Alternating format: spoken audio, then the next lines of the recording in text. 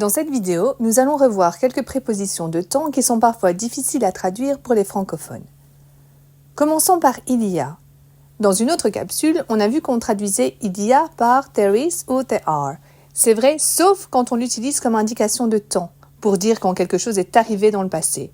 Dans ce cas-là, on va utiliser ago, qu'on place derrière la durée dont on parle. Ainsi, il y a 10 ans se dira 10 years ago, et il y a longtemps se dira a long time ago. Ça devrait te dire quelque chose.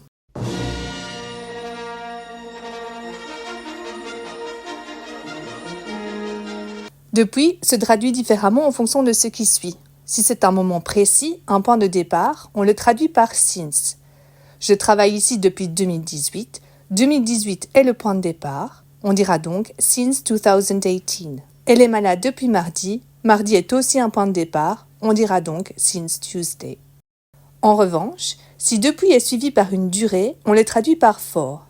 Dans des phrases comme « Je travaille ici depuis 5 ans, elle est malade depuis 2 jours », 5 ans et 2 jours sont des durées, donc on utilise for. Pendant est aussi une préposition qui peut poser problème.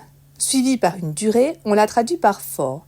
Elle répond à la question « Combien de temps ?» Nous sommes allés en France pendant les vacances.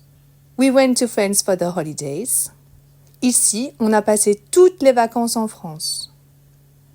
En revanche, si pendant répond à la question « quand », pendant quel autre événement, on utilise during.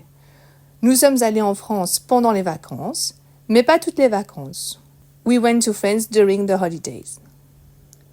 Et enfin, pendant que, qui est une conjonction de subordination et donc suivie par une P2, se traduit par while. Je l'ai rencontrée pendant que j'étais en vacances. I met her while I was on holiday. Voilà, fais attention à ne plus les confondre à présent.